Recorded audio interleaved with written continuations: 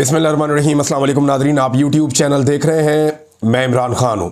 Nadreen, आज मंगल का दिन है और 17 तारीख है जून की, और सुबह के वक्त आप ये वीलॉग देख रहे हैं। रात भर क्या होता रहा वो सूरत हाल मैं आपके सामने रख देता हूँ। लेकिन डोनाल्ड ट्रंप ने अब धमकी लगाई है और उन्होंने वार्निंग दे दी है।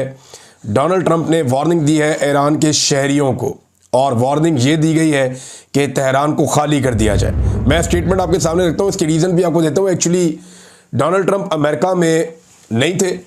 डोनाल्ड ट्रंप मौजूद थे G7 की मीटिंग में। ये G7 का जो इजलास होता है, ये बड़े इंपॉर्टेंट मुल्क हैं, बड़े तगड़े मुल्क हैं। इनमें अमेरिका है, बरतानिया है, कनाडा है, इटली है, फ्रांस है, जर्मनी है और जापान है। ये दुनिया की बहुत बड़ी बड़ी मईशतें हैं। ये बड़े आम फैसले करने के लिए इकट्ठे होते हैं, और ये कनाडा में इकट्ठे थे।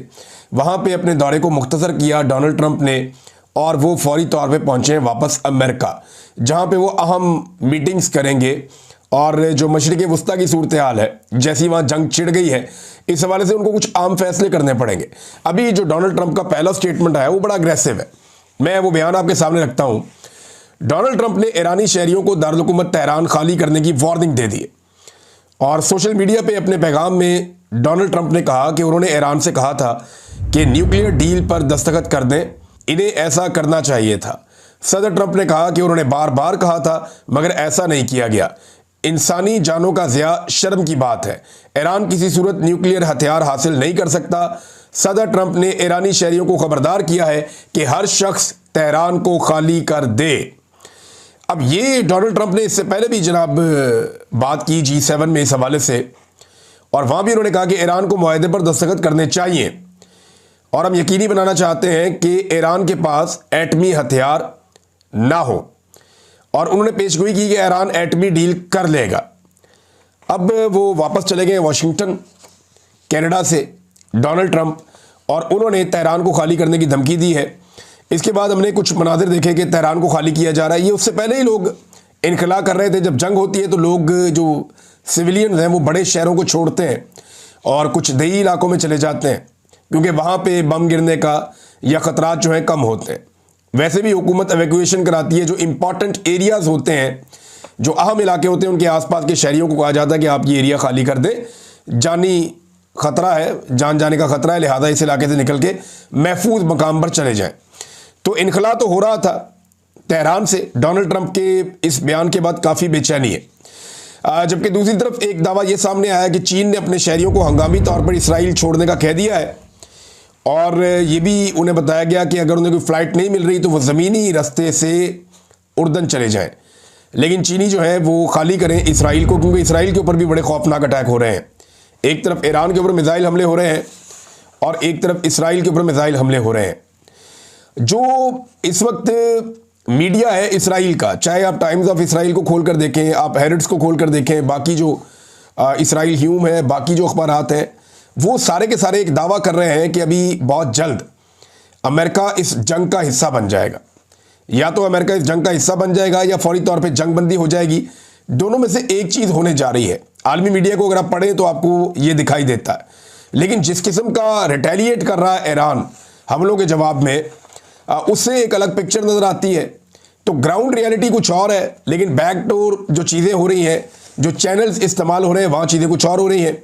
अब चीनी वज़ारत ख़ारजा के तर्जुमान गो जियाओचन, उनका एक स्टेटमेंट सामने आया है। हम ईरान की खुद मुख्तारी, सलामती और इलाकाई सालमियत को ख़तरे में डालने वाले किसी भी इक़दाम और ख़ित्ते में कशीदगी को बढ़ाने की कोशिशों को मुस्तरद करते हैं।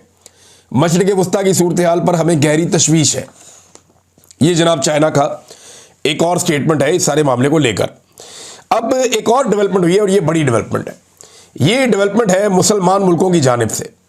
ईरान के ऊपर जो इसराइली जारहियत है उसके खिलाफ मुस्लिम ममालिक का एक मुश्तरका एलामिया जारी हुआ है, जिसमें पाकिस्तान समेत 21 मुसलमान मुल्कों ने इसराइली हमलों की शदीद मजम्मत करते हुए उसे मुस्तरद कर दिया है।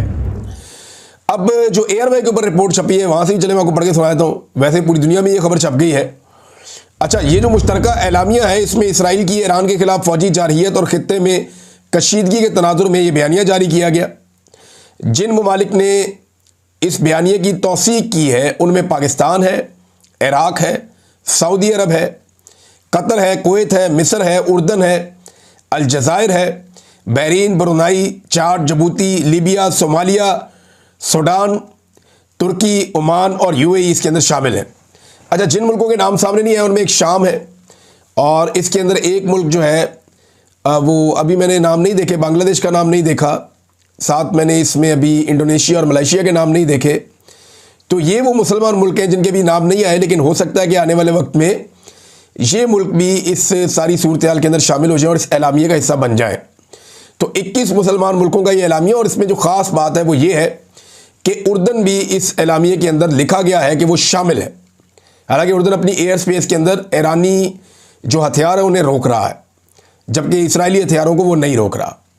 तो यहाँ पे उर्दन का इसमें शामिल हो जाना एक बड़ी इंपॉर्टेंट पेशरफ्त है। शाम इसके अंदर शामिल नहीं है, क्योंकि आप जानते हैं कि शाम ने तो बाकायदा इसराइल की सपोर्ट का ऐलान किया। पिछले वीलॉग में मैंने आपको बताया था, बिल्कुल पिछले वीलॉग में आपको मैंने बताया था। और इसके अंदर एक नाम मैंने अभी तक अफ़गानिस्तान का भी नहीं पढ़ा। हो सकता है, और ये मुमकिन नहीं है कि अफ़गानिस्तान इसके अंदर शामिल ना हो। जो आज़रबाईजान है वो मुसलमान मुल्क है, कुछ सेंट्रल एशियन ममालिक है मुसलमानों के, उनकी जानिब से भी कोई स्टेटमेंट नहीं आया। लेकिन हम ये देख रहे हैं कि अभी तो ये मामला शुरू हो रहा है, और मुसलमान मुल्कों का इकट्ठे होकर एक मुश्तरका बयान जारी करना ये ईरान के लिए हौसला अफजा बात है कम से कम।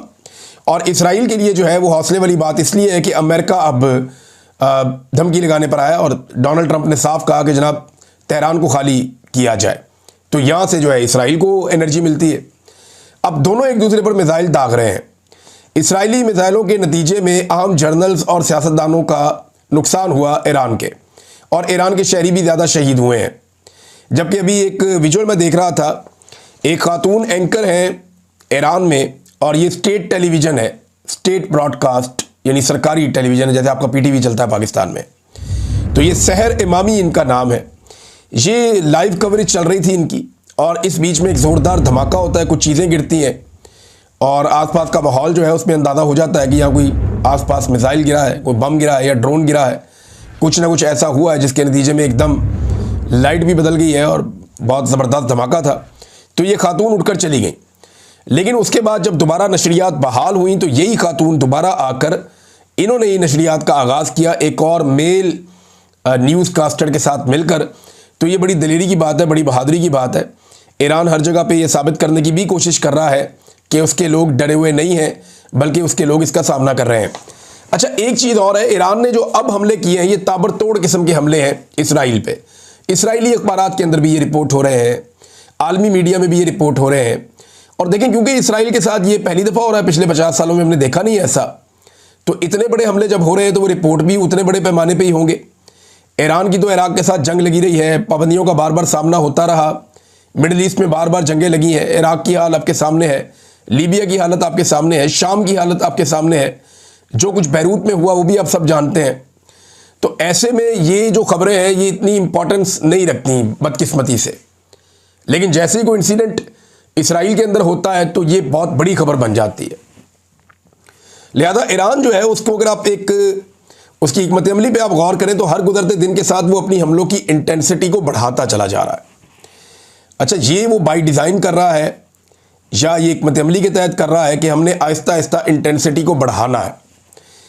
ये जो अभी रात गुजरी है, इस रात से पहले उन्होंने कहा था कि हम इस रात को इसराइल के लिए दिन बनाएंगे, ये क्लेम किया गया था ईरान के सिक्योरिटी फोर्सेस की जानिब से। और फिर हमने देखा कि थोड़ी थोड़ी देर के बाद, यानी एक एक दो घंटे के बाद मिसाइलों की एक नई खेप जाती थी और जाकर इसराइली सरजमीन पे गिरती थी।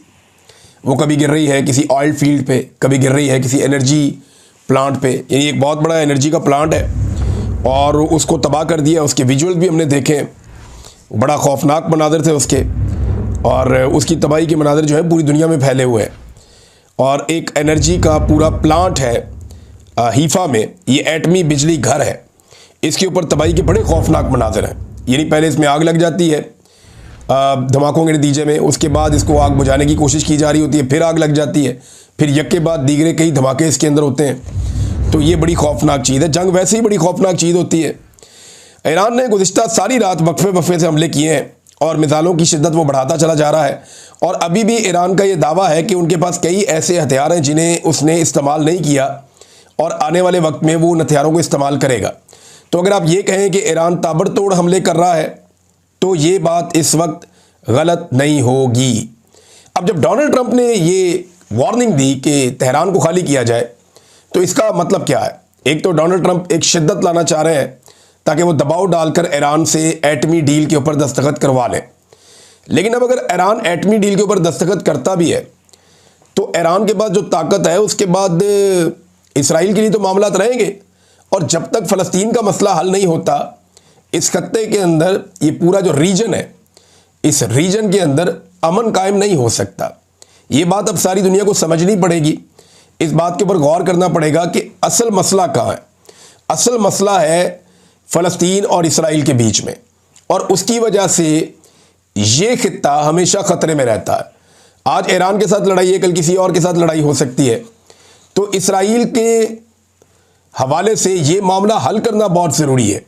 फ़लस्तीनियों को उनका राइट अगर दुनिया लेकर दे और ये मामला ठीक हो जाए तो उसके बाद इस खित्ते में अमन आ सकता है। इसके अलावा और कोई रास्ता ऐसा है नहीं, ऐसा दिखाई नहीं देता, क्योंकि इसराइल का एक मुबैना तौर पे एक एक्सपेंशन का प्लान भी है और एक नक्शा भी गर्दिश करता रहता है कि इसराइल इस तरफ भी बढ़ेगा, इस तरफ भी बढ़ेगा। और क्लेम है उनका कि ये सारी सरजमीन हज़ारों साल पहले उनकी थी, लगभग 3000 साल पहले या उससे भी पहले। वो ये क्लेम करते हैं कि ज़मीन हमारी थी, हमसे छीनी गई, हमें बेघर किया गया, तो हम ज़मीन वापस लेने आए हैं। यही क्लेम जो है वो इस सरजमीन के हवाले से मुसलमानों का भी है। फ़लस्तीनियों का एक बहुत बड़ा क्लेम है कि हम इस सरजमीन के मालिक हैं, हमें यहाँ से बेघर किया गया है। तो यही वो कन्फ्लिक्ट है जिसको दुनिया हल नहीं कर पा रही, और जब तक ये हल नहीं होगा ये खित्ता जो है वो बारूद के ऊपर बैठा रहेगा। छोटी सी चिंगारी से ऐसे ही आग लग जाएगी जैसे अभी लगी हुई है। इसराइल के अंदर जो सूरत अब है इससे पहले कभी देखी नहीं गई, कभी सुनी नहीं गई। यानी लोग बहुत तेज़ी से इनखला कर रहे हैं, जो जंगज़दा इलाके हैं वहाँ से निकल रहे हैं। अगर लोग तेहरान को छोड़कर जा रहे हैं या बड़े शहरों से ईरान के निकल रहे हैं, तो इसी तरह लोग इसराइल को छोड़कर भी जा रहे हैं। कई एयरपोर्ट्स के ऊपर ऐसे मनाजिर हैं जो नज़र आते हैं कि वहाँ पे इसराइली शहरी उतर रहे हैं। कई जो है वो समुद्री रास्ते से जा रहे हैं। रास्ते में एक साइप्रस का एक एरिया है, एक बहुत बड़ा वो जजीरा नमा छोटा सा मुल्क है, वहाँ पे कुछ तुर्की का कंट्रोल है, कुछ यूनान का कंट्रोल है। तो कश्तियों में बैठ के उस तरफ जाने की कोशिश करते हैं, और कश्ती वालों को भी मुंह मांगे पैसे मिलते हैं। कुछ लोग जो हैं वो ज़मीनी रास्तों से निकलने की कोशिश करते हैं, और जो निकालते हैं उनको भी मुंह मांगे पैसे मिलते हैं। तो यहाँ पे बहुत सारे लोगों की चांदी हो रही है। जंग का धंधा जो है ना वो बड़ा जो है वो मुनाफा बख्श धंधा होता है, बहुत सारे लोग बड़ा पैसा बनाते हैं। बहरहाल पानी के ज़रिए से और खुश्की के ज़रिए से निकलने की कोशिश भी की जा रही है जंगज़दा इलाकों से। और जो हमने मनाजिर देखे ईरान में, वहाँ पे भी गाड़ियों की बड़ी लंबी कतारें हैं जो शहर से बाहर की तरफ जा रही हैं। ईरानी वज़ीर ख़ारजा ने जो स्टेटमेंट दिया वो इम्पॉर्टेंट है इस वक्त। ये स्टेटमेंट अगर आप देखेंगे तो आपको अंदाज़ा हो जाएगा कि ईरान अब सोच क्या रहा है। वो ये कहते हैं कि ईरान ने कभी भी मुज़ाकरात का रास्ता तर्क नहीं किया, हमेशा मुज़ाकरात करते रहते हैं, मुज़ाकरात के हामी है। इस वक्त तो जारहियत का मुकाबला करने पर हमारा जोर है, यानी इस वक्त हम जारहियत का मुकाबला कर रहे हैं, मुज़ाकरात से तो हम कभी नहीं भागे। और ईरानी वज़ीर ख़ारजा अब्बास इराक़ची ने कहा कि ईरान सफारतकारी के लिए संजीदा है और मुज़ाकरात का रास्ता कभी तर्क नहीं किया, लेकिन इस वक्त तवज्जो इसराइली जारहियत का मुकाबला करने पर है। AFP के मुताबिक ईरानी वज़ीर ख़ारजा ने फ्रांस, बरतानिया और जर्मनी के हम मनसबों से रब्ता किया। ये वो 3 मुल्क हैं जो मैंने आपको पहले बताया था कि इन्होंने कहा कि हम सालसी करवा देते हैं और हम ये चाहते हैं कि जंगबंदी हो जाए, तो इन्होंने सबसे पहले ऑफ़र किया था। तो इन तीनों से ईरानी वज़ीर ख़ारजा ने रब्ता किया और इन्हें बताया कि ईरान ने कभी मुज़ाकरात का रास्ता तर्क नहीं किया, इस वक्त हम जारहियत का मुकाबला करने पर हमारी तवज्जो है। अमरीका के साथ जौहरी मुज़ाकरात के दौरान ईरान पर इसराइली जारहियत सफारती कोशिशों को नुकसान पहुंचा रही है। और इसके साथ ही उन्होंने बताया इस खबर के अंदर कि जो फ्रांस के, जर्मनी के और बरतानिया के वज़ीर ख़ारजा ने ईरानी वज़ीर ख़ारजा से गुफ्तगू के दौरान सफारतकारी पर वापस आने पर जोर दिया और ये कहा कि किसी भी इलाकाई या जौहरी कशीदगी से गुरेज किया जाए।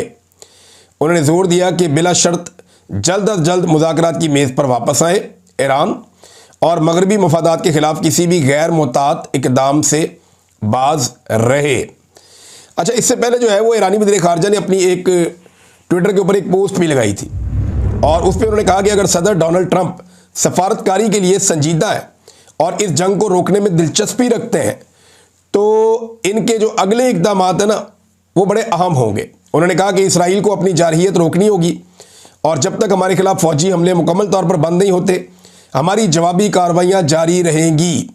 फिर एक और दावा भी किया है इन्होंने, जो ईरानी वज़ीर ख़ारजा है, उन्होंने एक दावा किया अमेरिका को लेकर और इसराइल को लेकर।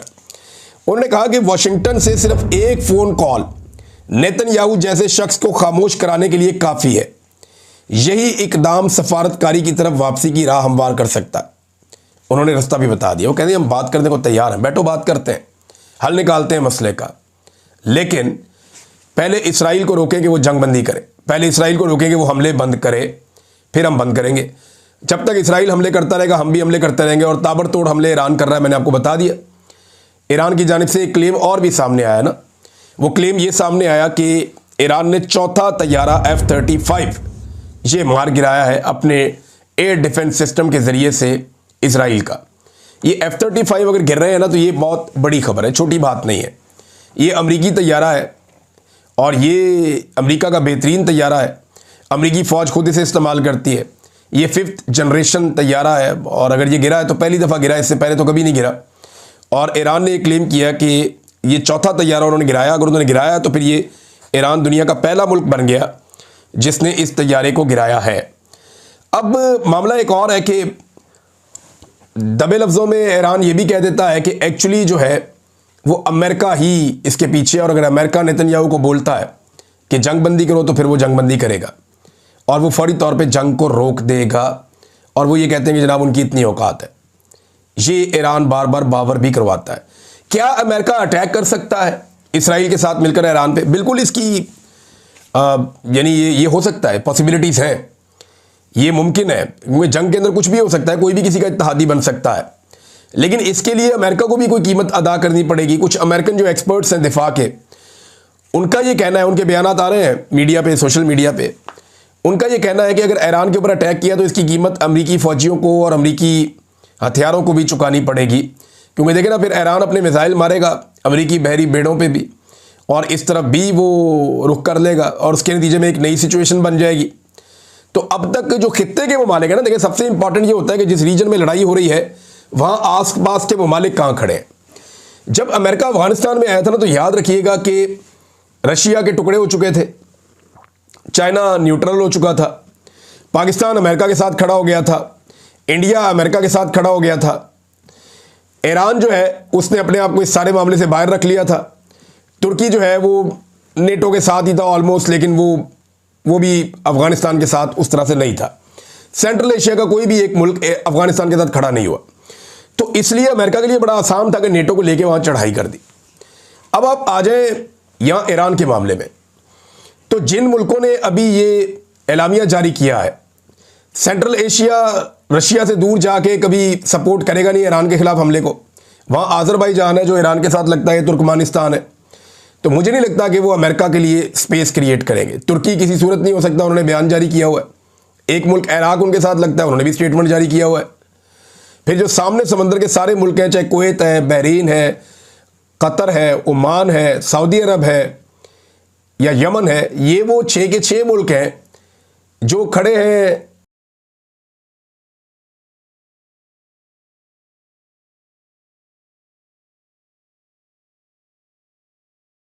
और चाबहार में इंडिया में भी इन्वेस्ट किया हुआ है। तो इंडिया ईरान के खिलाफ किसी लड़ाई का हिस्सा बनेगा नहीं। पाकिस्तान के जो मामलात हैं वो आपके सामने है कि पाकिस्तान में प्रेशर इतना बढ़ जाएगा कि पाकिस्तान ईरान के खिलाफ अपनी सरजमीन किसी को इस्तेमाल करने नहीं दे सकता। ये बहुत मुश्किल दिखाई देता है। तो ये अफगानिस्तान जितना आसान नहीं रहेगा अमेरिका के लिए, और ख़ास तौर पे उस वक्त जब अमेरिका के ऊपर या अमेरिकी मफाद के ऊपर बराह रास्त ईरान ने कोई अटैक नहीं किया। ईरान ने एक हमला उनके ऊपर हुआ, उसके मुकाबले में उन्होंने जवाब देना शुरू कर दिया इसराइल को, और अब एक जंग जैसी कैफियत लग गई है। इसराइल मार रहा है ईरान के अंदर मिसाइल्स और अपनी एयरफोर्स को भेजता है, वो वहाँ से रॉकेट फायर करते हैं, मिसाइल फायर करते हैं। दूसरी तरफ जो ईरान है उसके पास सिर्फ मिसाइल ही है, उनके पास एयरफोर्स तो है नहीं, वो बहुत ही कमज़ोर है। उनके पास 2 चीज़ें हैं ईरान के पास, या तो उनका एक एयर डिफेंस सिस्टम है उनका, या उनके पास से जो मिसाइल्स हैं वो बहुत बड़ी तादाद में पूरी मिसाइल सिटी उन्होंने बनाई हुई है, तो वो लंबे अरसे तक मिसाइलों के हमले कर सकते हैं। तो वो यही करते चले जा रहे हैं। अल-कस्साम ब्रिगेड ने एक दावा किया है, और अल-कस्साम ब्रिगेड का जो दावा है ये बड़ा इंपॉर्टेंट है। उन्होंने कहा हमने गज़ा की पट्टी के शहर खान यूनस में एक इमारत है, उसके अंदर इसराइली फ़ौजी दाखिल हुए थे, हमने उस इमारत को धमाके से उड़ा दिया है और उसके नतीजे में इसराइली फ़ौजियों की हलाकतें भी हुई हैं और इसराइली फ़ौजी ज़ख्मी भी हुए हैं। ये खबर जनाब वहाँ से आई है। और एक और ख़बर नाज़रीन अमेरिका से, ये पाकिस्तान की एस्टेब्लिशमेंट के लिए अच्छी खबर नहीं है। आसिम मुनीर साहब के खिलाफ लगातार एहतजाज हो रहा है अमेरिका में। ऐसा पाकिस्तान के कभी किसी आर्मी चीफ के खिलाफ अमेरिका में क्या दुनिया के किसी भी मुल्क में नहीं हुआ। उनके सामने आकर लोगों ने एहतजाज किया है और बड़े सख्त अल्फाज के अंदर आसिम मुनीर साहब के सामने एहतजाज किया। उनका कॉन्वे जा रहा था, उसको देखकर लोग नारे लगा रहे थे, एहतजाज कर रहे थे आसिम मुनीर साहब के खिलाफ, फील्ड मार्शल आसिम मुनीर। और जब वो गाड़ी से उतरे तब लोगों ने बड़ी ज़बरदस्त नारेबाजी की उनके खिलाफ, फिर एहतजाज किया और ऐसे अल्फाज का इस्तेमाल किया जो मैं यहाँ दोहराना नहीं चाहता। फिर उसके बाद वो एक होटल के अंदर दाखिल हो गए, तो होटल के अंदर भी आवाज़ें आ रही थी जिन लोगों ने एहतजाज जो बाहर कर रहे थे ऊंची आवाज़ में बुरा भला कह रहे थे। और फिर अंदर शायद कोई तकरीब चल रही थी, उनके ऊपर फूल भी बरसाए जा रहे थे अंदर, लेकिन बाहर जो माहौल है वो बड़ा गर्म था। तो ये एक अजीब सिचुएशन है जो पहली मरतबा मेरे ख्याल में किसी आर्मी चीफ को, पाकिस्तानी आर्मी चीफ को पाकिस्तान के बाहर दरपेश है। इससे पहले हमने ऐसा, मैंने तो कम से कम अपने पूरे करियर में नहीं देखा। फिर एक और चीज़ इसमें मैंने देखी कि उस होटल के बाहर लाके ट्रक खड़े कर दिए हैं ओवरसीज़ पाकिस्तानियों ने, जिनमें विजुअल्स चल रहे हैं, तस्वीर चल रही हैं और उनमें लिखा हुआ है सारा और वो बताया जा रहा है। और वो है भी आसिम मुनीर साहब के ख़िलाफ़ है, उनके दौरे के ख़िलाफ़ है। और वो कहते हैं जी सिविलियन सुपरमेसी के लिए हम चाहते हैं कि पाकिस्तान में इक़दाम हो और पाकिस्तान में जो अनडिक्लेयर्ड मार्शल लॉ है ये ख़त्म किया जाए। तो इस किस्म का एहतजाज भी वहाँ पर चल रहा है। और जो तस्वीर और वीडियोज़ मैंने देखी हैं वो इंतहाई यानी तकलीफ़ देह है, किसी भी आर्मी चीफ़ के लिए हो सकती हैं कि यानी ये चीज़ ऐसी तो नहीं है जिससे कोई खुश हो या जो किसी को पसंद आए। तो ये चीज़ जो है जो हुई है अमेरिका में, ये पहली दफ़ा किसी पाकिस्तान के आर्मी चीफ़ के साथ जो ओवरसीज़ हैं उन्होंने ऐसा किया। उनकी आवाज़ों से मुझे, शक्लें तो मैंने बंदों की नहीं देखी, सामने आई भी नहीं, लेकिन उनकी आवाज़ों से या उनके बोलने के अंदाज से लगता है कि दे आर ओवरसीज़ पाकिस्तानीज़ और उन्होंने वहाँ काफ़ी एहतजाज किया है। तो नाज़रीन अब तक के लिए इतना ही। अपना ख्याल रखिएगा, अपने इस चैनल का भी। अल्लाह हाफ़िज़।